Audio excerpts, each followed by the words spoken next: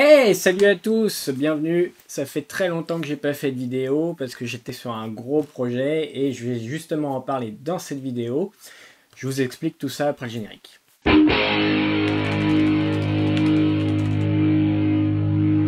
Alors voilà, dans cette vidéo, on va parler d'un gros projet que j'ai eu au boulot où j'ai réécrit une application. Alors j'étais pas tout seul, mais on va voir ça. On a réécrit une application qui était en Go microservice en C#.NET Monolith. J'ai fait cette vidéo pour VPTech il y a déjà quelques semaines, quelques jours. Si vous voulez la voir, c'est en anglais, il y a le lien qui va s'afficher en haut, mais ici j'ai décidé de la refaire en français pour ceux qui préfèrent, et notamment parce que je suis plus à l'aise en français, donc ça sera peut-être un petit peu différent. Alors, on va rentrer tout de suite dans le vif du sujet. J'ai pas vraiment besoin de me présenter, si vous êtes sur cette chaîne, vous me connaissez déjà. Moi, je travaille à VP depuis 3 ans maintenant, et j'ai travaillé sur différents projets, et notamment un gros projet qui s'appelle Smack. Je vais déjà expliquer ce que c'est que cette application. Cette application, c'est simplement un back-office qui nous aide à préparer les ventes, à faire du merchandising sur les ventes. On va avoir une partie back-office qui est écrite en Go et une partie front qui est écrite en React et TypeScript. Le back-office, c'est des microservices qui sont écrits en Go et qui vont échanger avec du gRPC, qui est un protocole de communication très utilisé avec Go, mais qu'on peut utiliser dans n'importe quel langage. Et on a aussi du Kafka qui va nous permettre de récupérer des messages, des événements entre différentes applications et notamment nos microservices. Globalement, ça va ressembler à quelque chose comme ça. Je vous ai fait un screenshot de la home. Il n'y a pas beaucoup d'informations ici, mais vous retrouvez l'ensemble, c'est un mini dashboard de votre vente. Vous voyez un peu ce que vous avez comme type de produit, ce que vous allez faire comme chiffre d'affaires. Évidemment, là j'ai tout caché, les dates d'ouverture, sur quel pays, etc. Alors, dans cette vidéo, je vais essayer de pas m'attarder de trop sur les différents sujets parce qu'il y en a beaucoup. Il y en a même que je ne vais pas aborder dans cette vidéo, comme le CI avec GitLab. Mais je vais aborder ce qu'on a ici sur le slide, c'est-à-dire déjà savoir pourquoi est-ce qu'on a fait cette réécriture, comment on l'a faite, ce que ça a entraîné comme changement en termes d'architecture et en termes de code. Et après, je vais parler des différentes briques techniques, GraphQL, l'accès aux données, les API, les clients pour les API. Notre système de notification, on verra qu'on a remplacé Kafka par autre chose. Et enfin, je ferai une petite conclusion. Alors déjà, pourquoi on a fait cette réécriture? Il faut savoir que faire des réécritures de projet, c'est quand même assez ambitieux. Ça fait peur à pas mal de monde. Personnellement, ça ne me fait pas forcément peur s'il y a un minimum de maîtrise. L'application, je la connaissais déjà. J'avais une bonne connaissance du code, mais sans plus. Alors pourquoi changer quelque chose qui marche, puisque l'application en microservice fonctionnait très bien, le Go ne pose aucun problème, Go c'est un bon langage comme plein d'autres, et on peut faire fonctionner plein de choses avec Go. Le problème c'est que toute l'équipe d'origine a commencé à partir, donc les membres de l'équipe originelle sont partis, et on a essayé du coup de remplacer ces développeurs Go par d'autres développeurs. Et bah devinez quoi? On a essayé pendant 9 mois et on n'a pas eu un seul CV. En tout cas, je n'ai pas reçu un seul CV, je n'ai pas pu faire d'interview pour un candidat.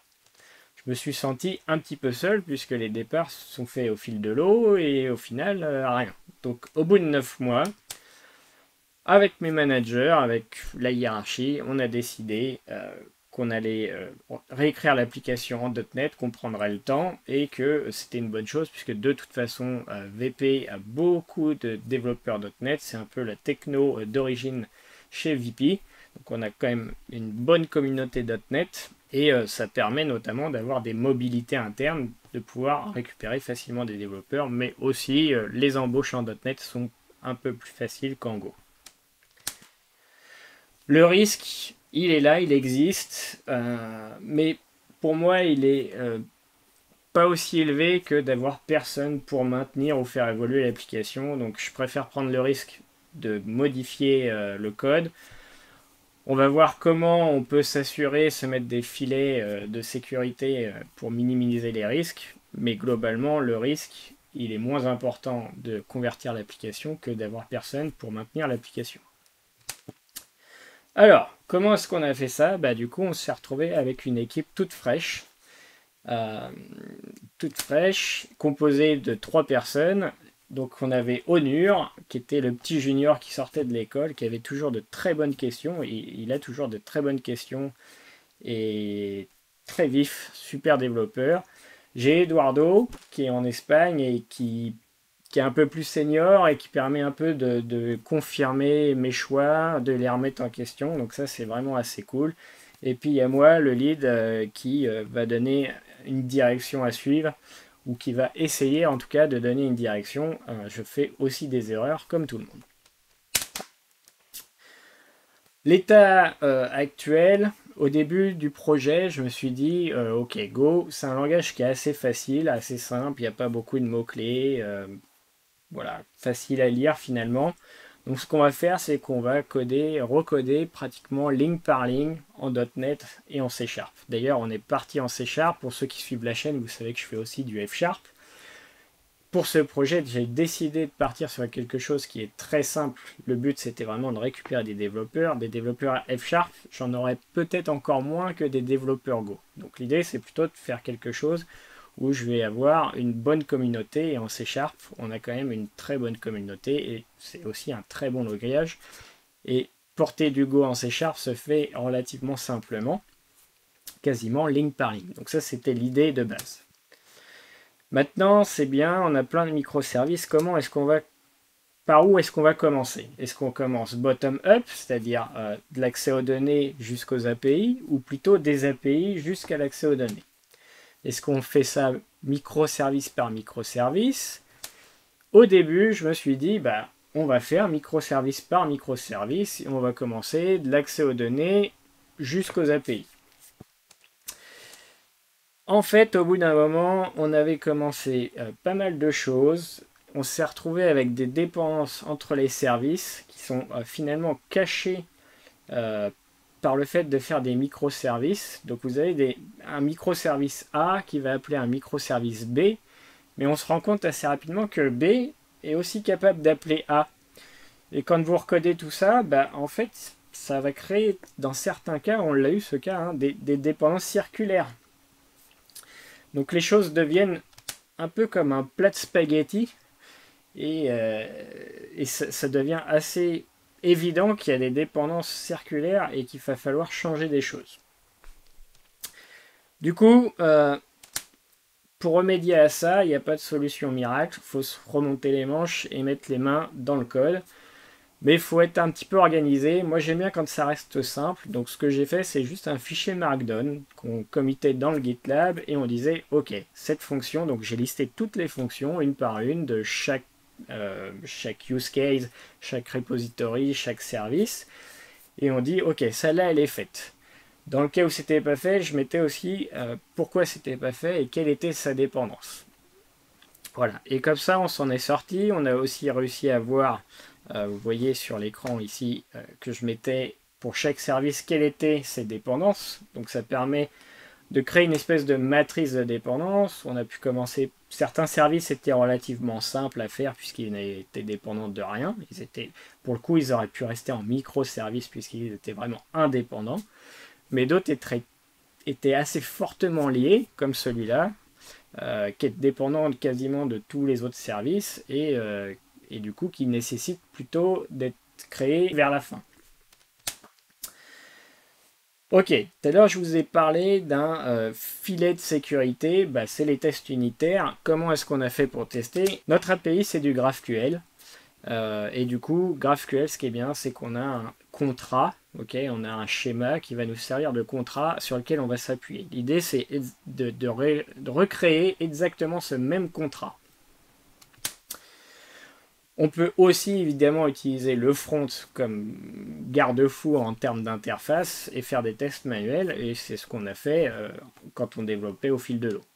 Sur la partie front, on n'a fait aucun changement. On a gardé exactement le même front en React. On a réécrit uniquement le back et on verra ce que j'ai fait du front après. Des tests unitaires, on en avait déjà en Go. J'ai décidé de ne pas les réécrire à l'exactitude mais plutôt de réécrire from scratch les tests, et du coup on a créé de nouveaux tests unitaires, intégration end-to-end. Mais en plus de ça, on a la chance à VP d'avoir un service QA, donc de qualité assurance. Et je remercie Christopher qui a fait un énorme travail là-dessus. On a vraiment sur SMAC de très bons tests automatisés. Donc toutes les nuits ça tourne et le matin on arrive et on sait tout ce qu'on a cassé ou pas sur notre environnement de staging. On a différents environnements. Maintenant j'utilise que 2 environnements, le staging et la production. On va parler des changements de l'architecture et après je parlerai des changements de code. Au niveau de l'architecture, je voulais quelque chose qui soit très simple. Pourquoi ? Parce qu'on est très peu de développeurs, on est une petite équipe, vous avez vu, on est 3 développeurs. Moi, en tant que lead, je fais pas mal de meetings, j'ai pas mal d'autres choses que juste du code. C'est quasiment, facilement 50% de mon temps, je fais pas de code, et ça peut monter facilement à 75%. Donc, on est plus proche des 2 développeurs que de 3 développeurs. Il faut quelque chose qui soit facile à maintenir, facile à faire évoluer. Donc, plus de microservices. Les microservices, c'est génial, mais encore faut-il que ça réponde à un vrai besoin.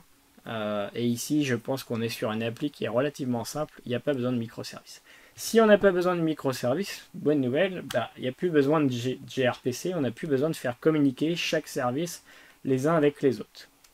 Ça, c'est une excellente chose parce que finalement, chaque appel de service externe, c'est un petit ralentissement de votre application.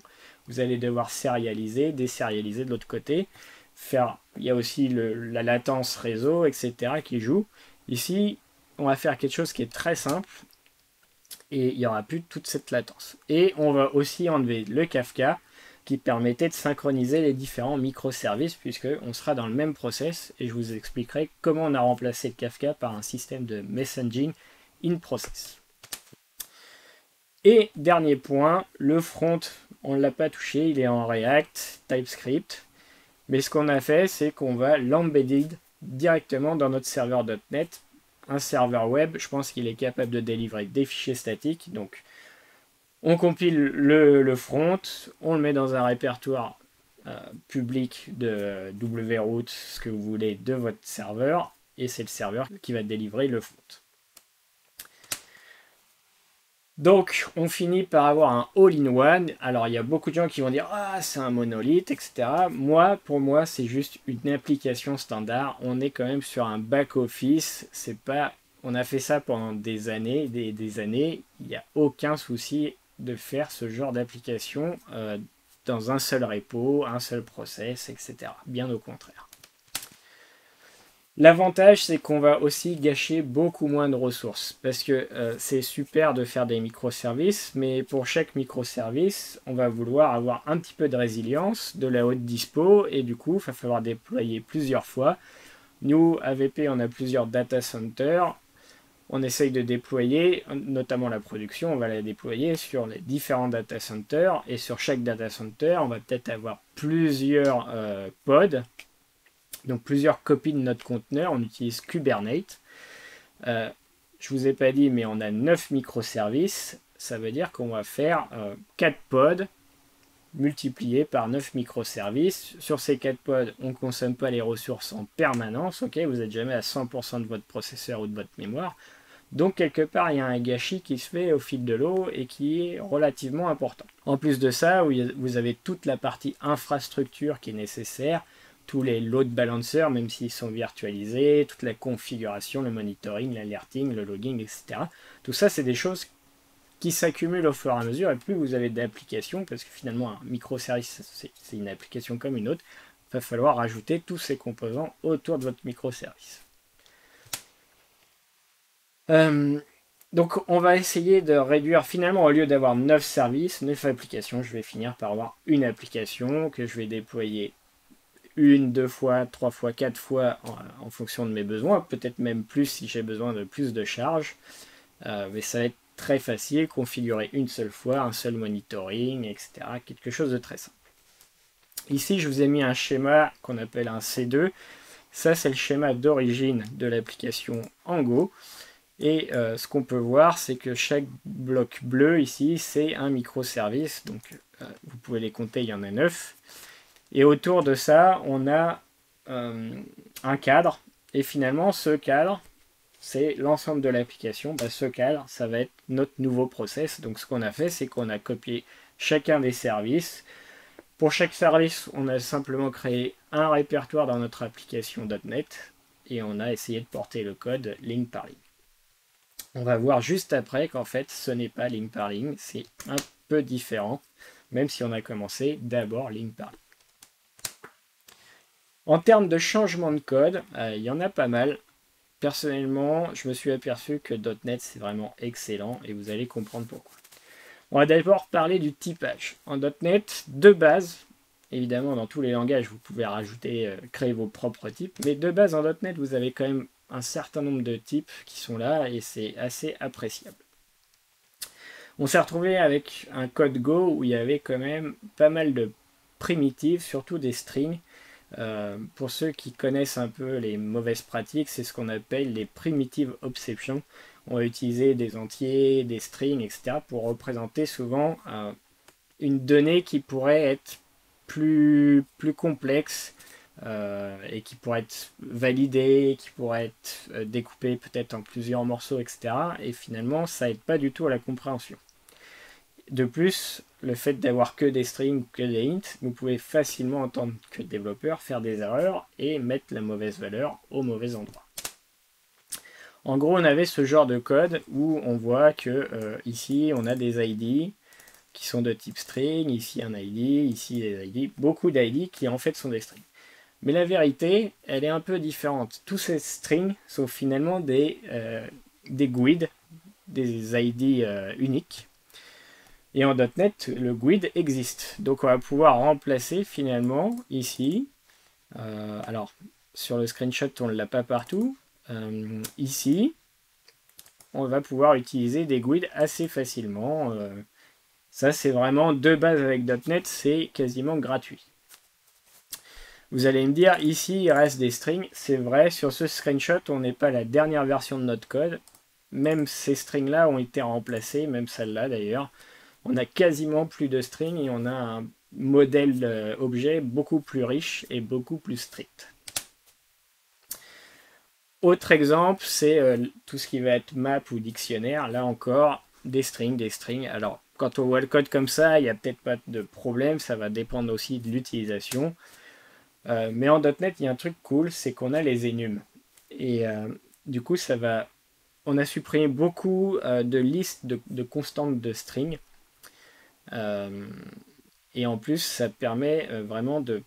Les énumérations... Alors, les enums en .NET sont vraiment très bonnes. Et en plus, vous pouvez directement rajouter un converteur JSON qui va non pas sérialiser la valeur numérique de l'enum, parce que les enums en .NET sont finalement des entiers. Derrière chaque valeur, par exemple ici DA, vous allez avoir 1, 2, 3, 4, etc. C'est ce qui va se passer en mémoire.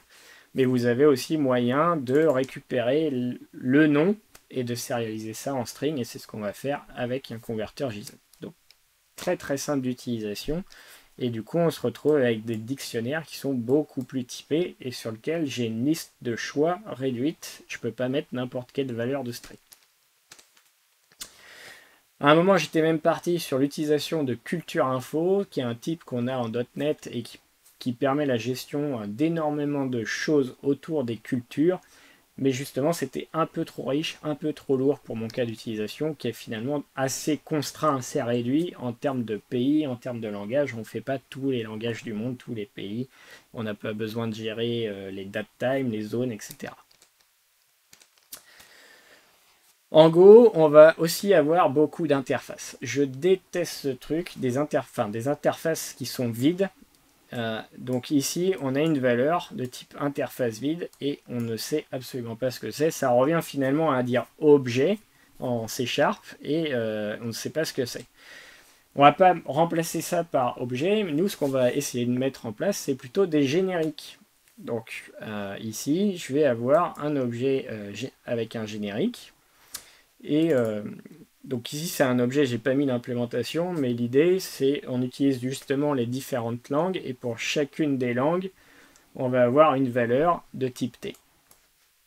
Et du coup, j'ai aussi une classe, je peux en hériter, et j'ai fait un type où pour chaque langue, j'aurai une valeur de type string.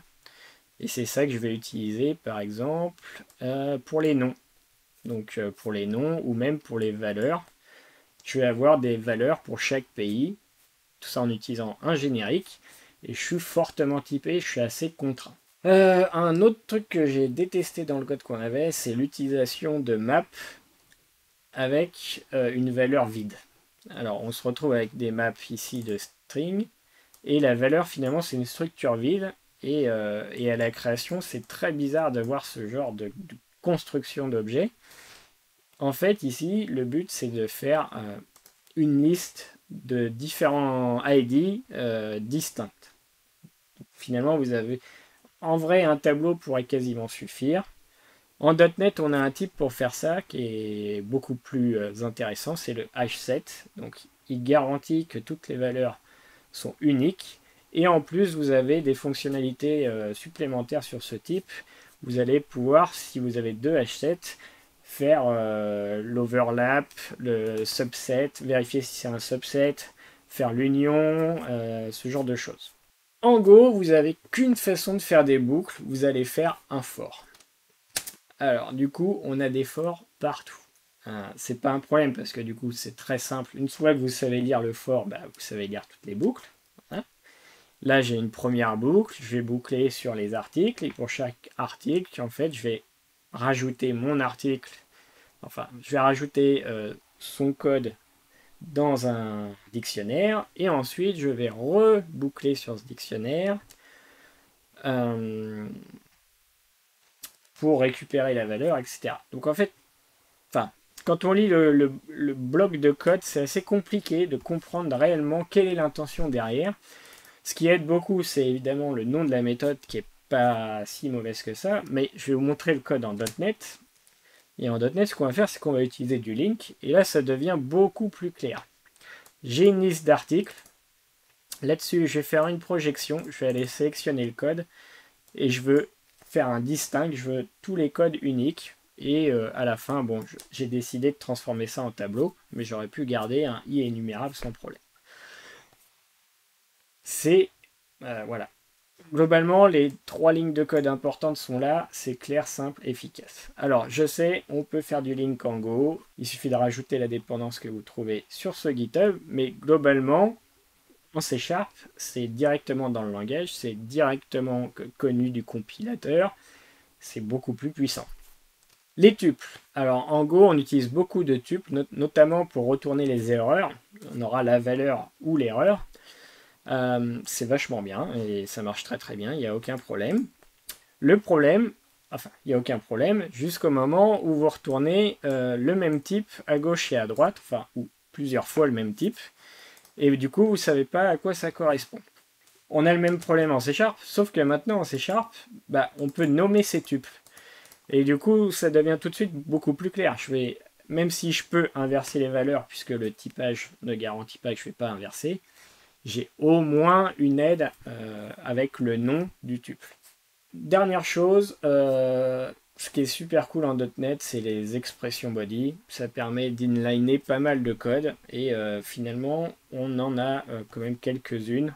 Pour les codes très très simples, notamment l'accès aux données, où on n'a pas besoin de filtres, on n'a pas besoin de pagination, etc.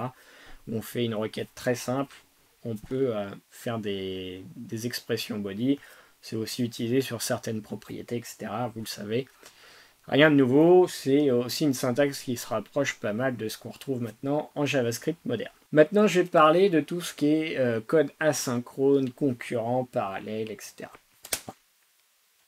En Go, on a les Go routines. Alors, c'est le truc de Go, c'est de pouvoir faire des Go routines. Ça coûte pas cher, on peut en créer plein, c'est super cool. Mais en vrai, est-ce que c'est si simple à utiliser? Est-ce que c'est safe en termes de codage? Personnellement, j'ai quelques doutes sur le long terme. Comment ça fonctionne? Vous allez d'abord créer un channel.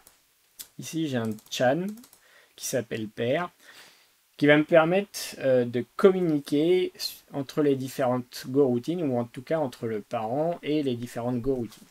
Ensuite, je vais utiliser un mot-clé Go, avec une fonction, et ici je vais créer automatiquement grâce à ce mot-clé une GoRoutine. Je vais exécuter du code, le code a très peu d'importance. Ce qui est important, c'est cette partie-là. Je vais pouvoir renvoyer de la donnée en utilisant mon channel. Voilà, une fois qu'on a pris l'habitude, c'est vrai que c'est assez simple, mais globalement c'est assez décomposé. Ici c'est un code relativement simple parce qu'il n'y a pas de synchronisation, il n'y a pas différentes choses qu'on peut rajouter autour des GoRoutines. En .NET, c'est simple, ça fait très longtemps qu'on utilise les tasks et la TPL, donc Task Parallel Library, et on va utiliser cette librairie pour faire aussi bien du code parallèle, mais aussi pour faire de l'asynchrone. Tout ce qui va être I/O, on va le faire en asynchrone. Si j'ai besoin de paralléliser des choses, j'ai plusieurs moyens de le faire. Ce que je peux faire, c'est utiliser la librairie parallèle et dire OK, sur cette collection, tu m'exécutes cette fonction en parallèle et tout va bien se passer. Je peux aussi faire du link. Ça, c'est vraiment ce que je préfère parce que souvent, je vais écrire d'abord mon code en synchrone, en récursif, enfin quelque chose de simple, une boucle en link. Et ensuite, je vais juste rajouter cette fonction devant où je vais faire un as parallèle et là, ça va se répartir sur les différents processeurs physiques ou logiques. L'autre moyen de faire, c'est vous créer vos propres tasks. Ça m'arrive souvent, des fois, je crée des tasks et je dis, OK, exécute-moi toutes ces tasks. Ça va me créer une nouvelle task que je vais pouvoir attendre. Comme je l'ai dit, pour tout ce qui est I/O, on va utiliser des tasks. On sera asynchrone. Le modèle, enfin, on a maintenant une pratique en .NET qui est de avoir des tasks évidemment ici, c'est le type de retour, et aussi de post-fixer par async toutes les fonctions qui sont asynchrones. On va avoir ça pour l'accès aux données et aussi pour l'accès aux API, tout ce qui est API REST, HTTP, call HTTP, accès aux fichiers aussi, etc. Tout ce qui est I/O. On avait fait la pub de ma présentation pendant pas mal de temps en parlant du nombre de lignes de code qu'on a économisé. J'ai remis le chiffre à jour, mais on a quand même économisé beaucoup de lignes de code grâce à toutes les techniques que je viens de présenter. Et on a quand même supprimé plus de 100 000 lignes de code. Donc c'est assez conséquent. Ça va peut-être continuer. Maintenant, ça va réaugmenter puisqu'on va rajouter des fonctionnalités, etc. Mais c'est un chiffre qui est quand même assez important. On a quand même réussi à limiter ce nombre de lignes de code. Et ça veut dire qu'avec un nombre réduit de développeurs, on est capable de maintenir l'application. Ok, maintenant je vais parler un peu des différentes librairies qu'on a utilisées pour répondre aux problématiques et aux besoins de l'application. On va parler d'abord de GraphQL. Sur GraphQL, on a deux grosses librairies en .NET et moi j'ai fait le choix d'utiliser une librairie qui s'appelle Hot Chocolate, qui est vraiment excellente. J'ai aucun regret sur ce choix. Le code est maintenu et il continue d'évoluer et c'est très performant. Alors, je n'avais pas fait du tout de test de performance et on n'en a toujours pas fait d'ailleurs. Enfin, on commence un petit peu à en faire, mais globalement, on n'avait rien sur les performances d'origine du Go et celle du .NET. Mais à l'utilisation et en regardant comme ça à chaque requête le temps de réponse, bah, finalement j'étais assez surpris. Le code .NET était plus rapide sur la partie GraphQL. Donc, et ça s'explique assez simplement, c'est qu'on fait moins de sérialisation, plus de gRPC, ce genre de choses. Pas de synchronisation entre les services, ça va très très vite. Donc en fait c'est assez logique de gagner du temps. Mais aussi, la librairie GraphQL est très performante en .NET et on a du code d'ailleurs qui est généré à la volée. Enfin, c'est vraiment très très bon. C'est facile à utiliser. Il y a des annotations. Vous avez plusieurs façons de faire. Nous, on est parti plutôt sur le code first. C'est-à-dire qu'on va, on va pas mettre d'annotation sur notre domaine. Je veux que mon domaine soit complètement agnostique, aussi bien de la base de données que de la partie API. Okay, on a vraiment un cœur central indépendant et on va plutôt rajouter nos résolveurs après coup. Et ça, c'est très très facile à faire avec Hot Chocolate. Vous avez les subscriptions qui sont là, qui fonctionnent avec les WebSockets comme en ASP.NET on utilise les WebSockets, donc c'est pareil, c'est assez classique, rien de fou. Ça marche très très bien avec Entity Framework. Il y a des fonctionnalités qui sont quasiment gratuites, j'ai envie de dire, si vous utilisez Entity Framework. C'est pas forcément ce qu'on va faire parce que c'est un peu trop magique, un peu trop une boîte noire, mais c'est possible si vous voulez faire des POC, etc. C'est assez cool. Et vous avez Banana Cupcake qui est le client finalement GraphQL qui va vous permettre de faire les requêtes. Et j'ai un screenshot juste derrière. Donc ça c'est Banana Cupcake qui permet de voir votre schéma GraphQL, mais aussi de le requêter, etc. L'accès aux données. Pour l'accès aux données, on est parti sur un framework qui s'appelle RepoDB. Je pense que certains d'entre vous connaissent Dapper. RepoDB, c'est un Dapper avec des fonctionnalités supplémentaires. Donc c'est très performant. Hein. C'est peut-être même plus performant que Dapper. Et en plus, vous avez des fonctionnalités qui sont là quasiment gratuitement, comme les repositories, le cache, le log. Vous avez des fonctionnalités de bulk, de batch, de merge. Et ça marche avec beaucoup de bases de données, notamment celle que nous on utilise, qui est Postgre. Maintenant, il y a quelques mois maintenant, je pensais à passer à Entity Framework Core, qui est beaucoup plus lourd, mais en fait qui a des fonctionnalités sur Postgre qui sont très intéressantes. Vous allez pouvoir transformer vos appels de fonctions directement en appel SQL sur du JSONB. On avait pas mal de champs en JSONB, on n'a pas que ça, on a des L3, on a des tableaux. Et en fait, Entity Framework a toute une liste de fonctions. Ici, vous avez un petit tableau qui va gérer tout ça de base. Et donc ça, c'est vraiment assez cool. Faut savoir que les personnes qui travaillent sur Entity Framework Core pour PG, c'est les mêmes gens qui font les drivers.NET pour PG. Donc, ils savent ce qu'ils sont en train de faire. C'est vraiment pas mal et c'est assez performant. Et du coup, on a déjà migré en Entity Framework et tout fonctionne bien. On arrive du coup à avoir aussi des transactions un peu plus facilement puisque le contexte Entity Framework va gérer l'aspect transactionnel pour nous sans trop de soucis. Pour les API clients, vous avez un nombre incroyable de solutions en .NET. J'ai fait le choix de partir sur Refit.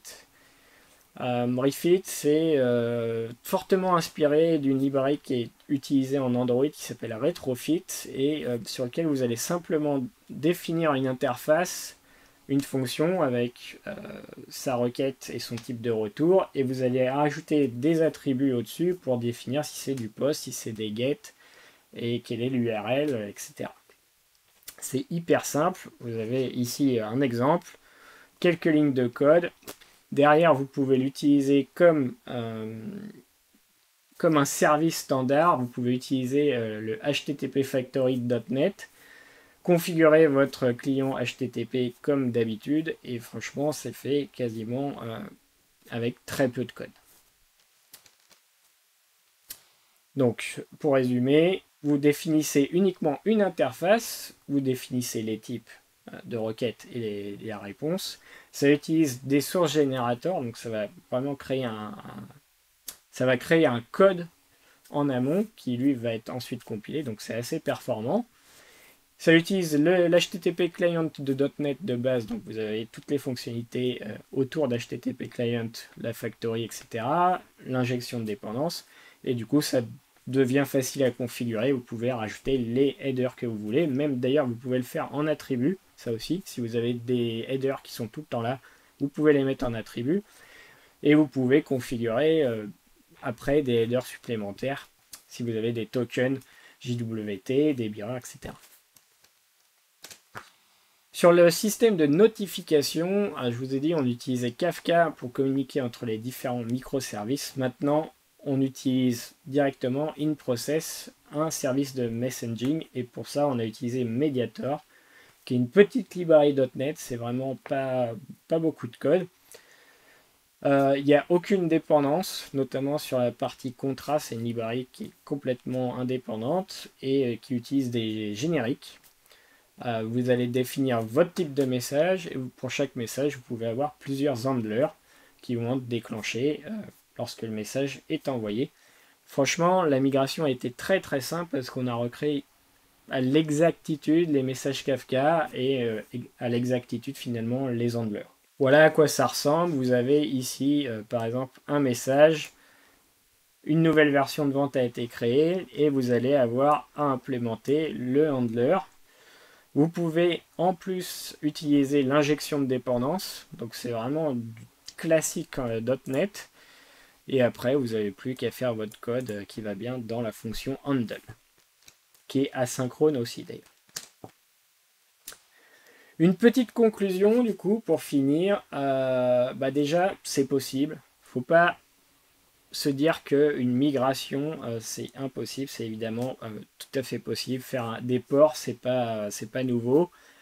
Ça prend du temps, mais finalement, on n'a mis que 3 mois à 3 développeurs, sachant que les 2 développeurs étaient nouveaux chez VP, donc ils connaissaient ni VP, ils connaissaient pas l'application. Ça fait beaucoup de choses à apprendre en très peu de temps. On s'en est sorti. Il faut aussi savoir qu'on a d'autres applications, on n'a pas que celle-là qu'il fallait gérer de la production, etc. Donc voilà, 3 mois finalement pour écrire une application comme ça, c'est pas si mal. Je ne suis pas en train de vous dire que tout est parfait, évidemment, on a encore quelques bugs, on a eu quelques régressions qui ont été découvertes facilement par nos tests, et notamment les tests automatisés de la QA. Ce qui est aussi très cool, c'est que maintenant on a une très bonne connaissance du fonctionnement interne de l'application. Ça nous a permis aussi de prendre le temps de rentrer dans le code et de comprendre chaque chose, et aussi de voir finalement ce qu'il faudrait peut-être faire changer. On a encore tout un tas de choses qu'on veut faire évoluer. Et ça va rendre les évolutions et les supports beaucoup plus simples puisqu'on a un seul bloc à faire évoluer. Et quand on déploie, je n'ai pas parlé de déploiement. Et n'hésitez pas à me demander dans les commentaires de faire d'autres vidéos autour du déploiement ou même autour de tout ce qu'on vient de voir. Posez vos questions, il n'y a aucun souci, j'y réponds. Mais c'est très très simple pour nous de faire évoluer l'appli et ça nous arrive de livrer maintenant plusieurs fois par jour. C'est assez irrégulier, des fois on ne va pas livrer pendant une semaine, des fois on va livrer plusieurs fois par jour. C'est quoi les prochaines étapes? Du coup, je vous ai dit, il y a plein de choses à faire. Déjà, il faut un peu cleaner le code. On a porté ligne par ligne. Des fois, il y a des choix qui sont pas très intéressants en .NET, on va revoir ces choix. On va créer un modèle du domaine sans dépendance. Alors ça, on l'a déjà fait, ça y est, c'est fait. Il n'est pas sans dépendance. Pourquoi? Parce que on a rajouté Entity Framework et on a voulu utiliser certains types qui étaient dans PG, notamment le L-tree, c'est le premier qui me vient en tête, qui est utilisé directement dans notre domaine, mais voilà, c'est une dépendance plutôt sale, mais qui permet aussi d'autres fonctionnalités et d'avoir un typage assez fort. On va ensuite rajouter plus d'événements dans notre domaine. Pour l'instant, on en a quelques-uns, comme celui que vous avez vu. On crée une nouvelle version, ça déclenche des choses. Et je pense qu'on va rendre l'application plus réactive au fur et à mesure en rajoutant d'autres événements. Puisque c'est très facile de créer un événement. On utilise d'ailleurs des records. Et après, vous avez juste un ou plusieurs handlers à mettre en place. Tout ça, ça crée, ce qu'on essaye de faire, c'est d'avoir une architecture clean. Donc vous avez un domaine au milieu qui est un corps qui est indépendant et vous rajoutez l'infrastructure, vos accès aux données, etc. autour. Je vous invite finalement à regarder ce que c'est une clean architecture où je pourrais faire une vidéo là-dessus. Mais on essaye de se rapprocher de ce type d'architecture. Encore une fois, n'hésitez pas à poser vos questions en dessous dans les commentaires, j'y répondrai. Et si vous avez besoin de plus de détails, aucun problème, je ferai d'autres vidéos. Donc merci de m'avoir suivi et puis à la prochaine.